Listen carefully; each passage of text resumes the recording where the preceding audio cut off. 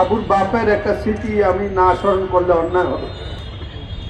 আমি তো যে কোনো কারণে হোক 2001-এই বিএনপিতে যোগদান করার পরেও ম্যাডাম দয়া করে নেওয়ার পরেও এই বিরাট পরিবারের সাথে খুব বেশি একটা ঘনিষ্ঠ হতে পারি নাই, কপাল আমার খারাপ।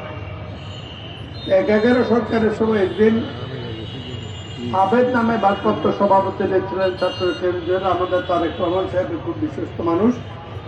তিনি একদিন ছোট্ট একটা খবর পাঠালেন, আর নিজে এসে পলাতক অবস্থায় বলছে যে আজকের মধ্যে যদি আপনি একটা কিছু না করেন, আবু তখন জেলে, তাহলে আবুকে আগামী 2 দিন 24 ঘন্টার মধ্যে প্রস্তাব করবে। আমার গাটা কেঁপে উঠলো, না শুনতাম ভালো ছিল।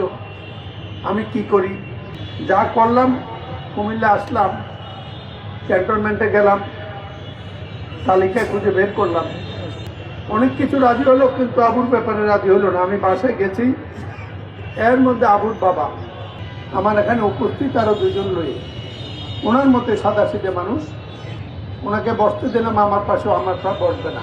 উনি নিচে বসলেন যে আপনি কথা না দিলে আমি আপনার সাথে বসবো, আমার ছেলেটাকে বাঁচান। না, আমার কি ক্ষমতা আছে? আমি তখন বললাম আমি গিয়েছিলাম আজকে, মনে হয় না পারবো। আমি বিশ্বাস করি আপনি পারবেন, আমাকে অনেকে বলেছে। পরের ঘটনা, আল্লাহ পাক আবুকে রক্ষা করেছেন।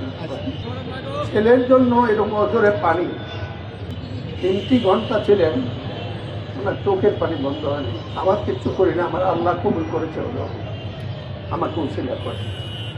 আজকে সালাম বিদায় জানাতে এসেছি। ধৈর্য ধরো বাবা, তোমার জন্য অনেক কিছু করছে। জন সরকার